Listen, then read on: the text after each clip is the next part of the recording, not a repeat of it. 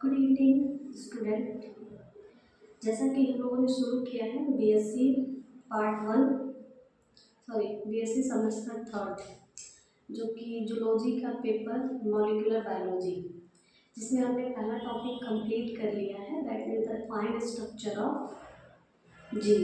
अब हम उसी का सेमेस्टर 3 का टॉपिक नंबर 2 दैट इज जो क्या है आरएनए पॉलीमरेज के बारे में पढ़ेंगे। आरएनए पॉलीमरेज के बारे में पढ़ने से पहले हम थोड़ा सा आपको आरएनए पॉलीमरेज के बारे में समझाना चाहेंगे। आरएनए पॉलीमरेज क्या होता है, जिसे हम आरएनए पॉल से लिख रहे हैं। ये एंजाइम है जो हमें किस में हेल्प करेगा,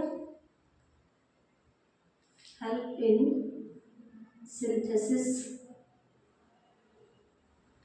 ऑफ आरएनए फ्रॉम डीएनए।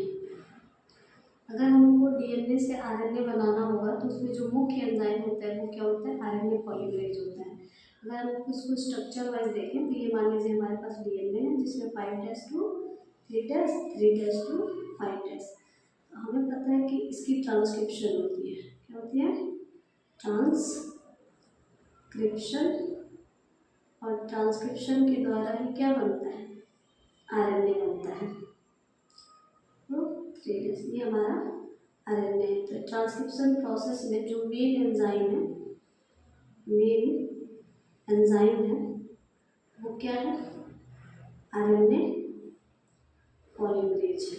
ठीक है, इसी के बारे में हमें पढ़ना है। तो कुछ मैंने नोट भी किया है, आपको समझाएंगे, फिर एक एक करके हम धीरे धीरे पढ़ेंगे। जैसे कि transcription process is catalysed by RNA polymerase. जो ट्रांसक्रिप्शन की प्रोसेस है, और ट्रांसक्रिप्शन क्या है, डीएनए से, अगर आपने डीएनए से क्या बनाया है, आरएनए बनाया है, तो इस प्रोसेस को हम लोग क्या कहते हैं, ट्रांसक्रिप्शन कहते हैं। और इस प्रोसेस में जो मेन एंजाइम है वो कौन सा है, आरएनए पॉलीमरेज है, जो कि डीएनए डिपेंडेंट होता है। इस एंजाइम को किसने एंड जैगट हॉविस्ट ने 1960 में इस वाले एंजाइम्स को डिस्कवर किया है। इसको ध्यान रखेंगे, साइंटिस्ट का नाम। अब हम लोग बात करेंगे in prokaryote only one type of RNA polymerase. जो प्रोकैरियोट्स होते हैं उसमें केवल एक ही तरह का आरएनए पॉलीमरेज यूज होता है।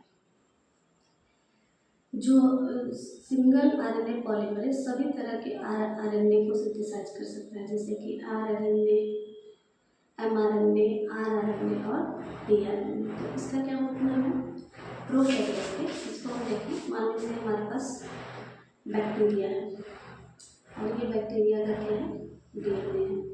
अगर इस डीएनए से हमें आरएनए बनाना होगा तो इस डीएनए से आरएनए बनाने के लिए हम कौन सी एंजाइम का इस्तेमाल करेंगे, आरएनए पॉलीमरेज का। और जो हमारा प्रोकैरियोट होता है उसमें सिंगल आरएनए पॉलीमरेज यूज होता है सभी तरह के। अब यहाँ से हम लोग एमआरएनए बना सकते हैं, टीआरएनए बना सकते हैं, और फिर दोबारा आरआरएनए का भी सिंथेसिस कर सकते हैं।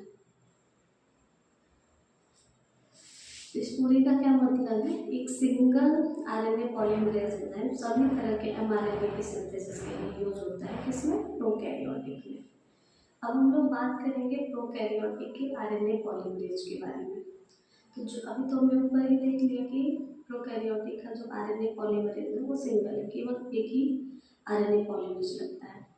इट इज़ अ मल्टी सब, लेकिन वो एक ही बहुत सारे सब यूनिट या एंजाइम से मिलकर बना है, जिसमें 5 डिफरेंट टाइप्स के पॉलीपेप्टाइड्स होते हैं, जिसमें अल्फा की 2 कॉपीज होती हैं, बीटा होता है, बीटा डैश होता है, ओमेगा और सिग्मा फैक्टर्स होते हैं। इसके अरेंजमेंट के बात करें तो इसमें 2 अल्फा, फिर एक बीटा डैश और एक ओमेगा सब यूनिट होती है। ये सारी आपस में मिलके कोर एंजाइम का फॉर्मेशन करती है। ठीक, और इन सब पे अटैच होता है हमारे कौन सा सिग्मा फैक्टर। तो दैट मीन्स प्रोकैरियोटिक में सिंगल आरएनए पॉलीमरेज है, लेकिन वो सिंगल आरएनए पॉलीमरेज 5 सब यूनिट से मिलकर बना है, जिस उस 5 सब यूनिट में 2 अल्फा, 2 बीटा, एक ओमेगा और एक सिग्मा यूनिट्स या सिग्मा फैक्टर मिलता है। अब चलिए इसमें हम जितने भी देखे सब यूनिट देखे उनके फंक्शन को देख लेते हैं और उसको एक मैंने टेबल में नोट डाउन कर दिया है।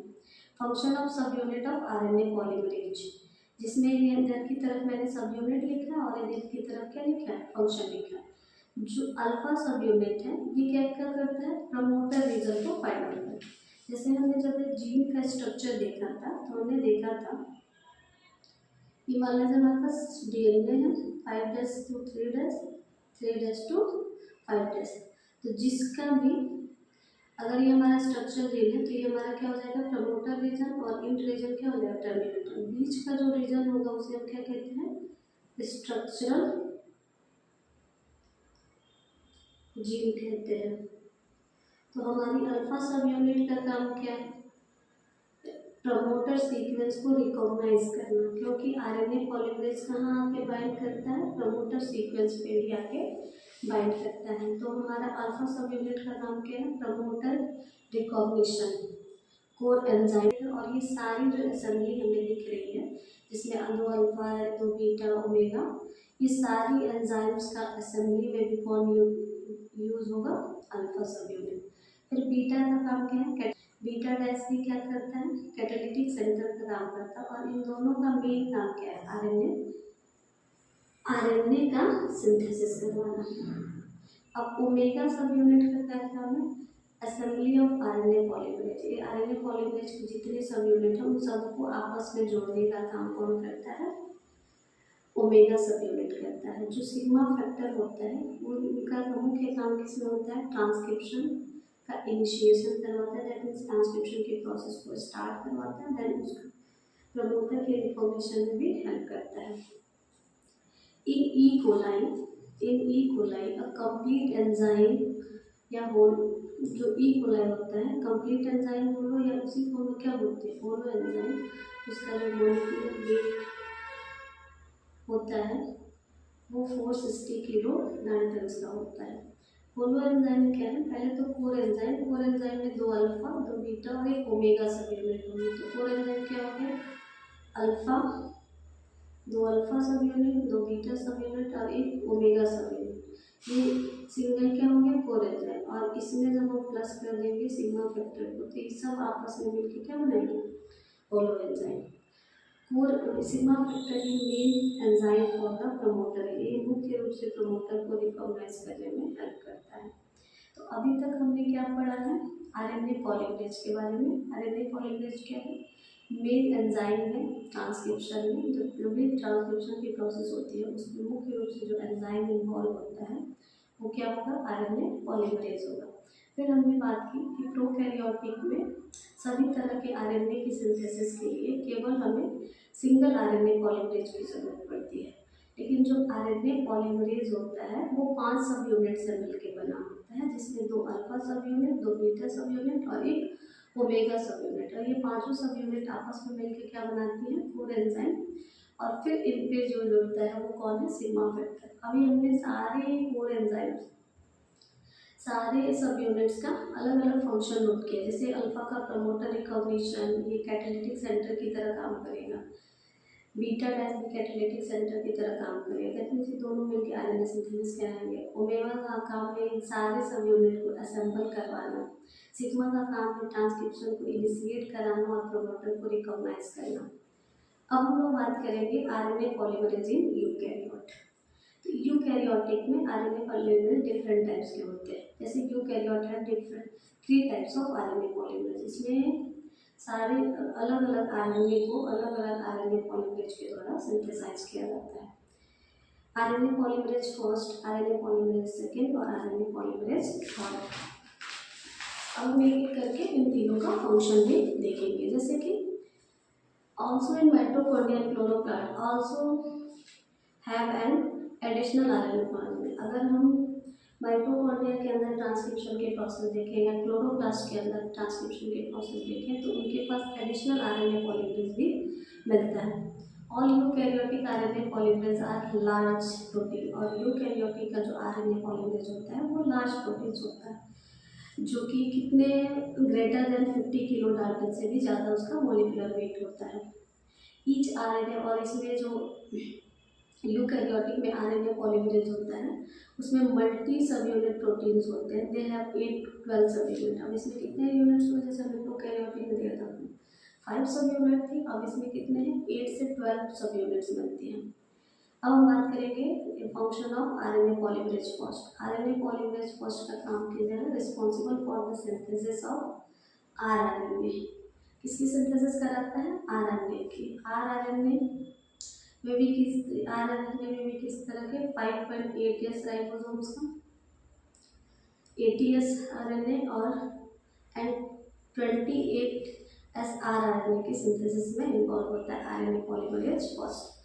दैट मीन्स आरएनए पॉलीमरेज क्या क्या सिंथेसिस करेगा, 5.8s RNA, 80s RNA, 28s RNA. RNA polymerase second synthesize mRNA. जो आरएनए पॉलीमरेज सेकेंड है वही मेन रूप से एमआरएनए का सिंथेसिस करता है, and most of the snRNA या लीन आरएनए का सिंथेसिस करवाता है।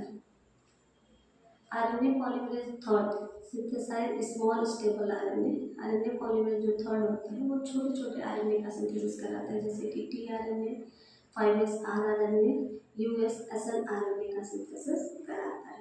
तो ये हमारा हो गया किसके बारे में, आरएनए पॉलीमरेज के बारे में, जहाँ हमने क्या क्या पढ़ा। पहले तो हमने देखा आरएनए पॉलीमरेज क्या है, फिर हमने देखा कि प्रोकैरियोटिक में आरएनए पॉलीमरेज का क्या फंक्शन है, यूकैरियोटिक में आरएनए पॉलीमरेज का क्या फंक्शन है। फिर हमने नोट में लिखा है RNA polymerase does not require primer to synthesize RNA. जैसे हमने डीएनए में देखा था, अगर हम डीएनए से डीएनए बनाते हैं तो हमें सबसे पहले किसकी ज़रूरत पड़ती है, प्राइमर की ज़रूरत पड़ती है डीएनए से डीएनए को सिंथेसाइज करने में। बट हमारा जो आरएनए पॉलीमरेज एंजाइम है उसके पास एबिलिटी है कि वो खुद ही न्यूक्लियोटाइड को सिंथेसाइज कर सकता है, उसे किसी भी प्राइमर की आवश्यकता नहीं पड़ती है। But RNA polymerase require magnesium zinc as a co-factor for their working। इसका क्या मतलब है, जैसे हमारा जो डीएनए पॉलीमरेज होता है उसको भी अपनी एक्टिविटी परफॉर्म करने के लिए कुछ को-फैक्टर की जरूरत पड़ती है, जैसे कि मैग्नीशियम और जिंक। उसी तरह हमारे आरएनए पॉलीमरेज को भी अपनी एक्टिविटी को परफॉर्म करने के लिए दो को-फैक्टर की जरूरत पड़ती है, जिसमें एमजी है और जिंक है। Thank you. अब हम नेक्स्ट टॉपिक कल पढ़ेंगे।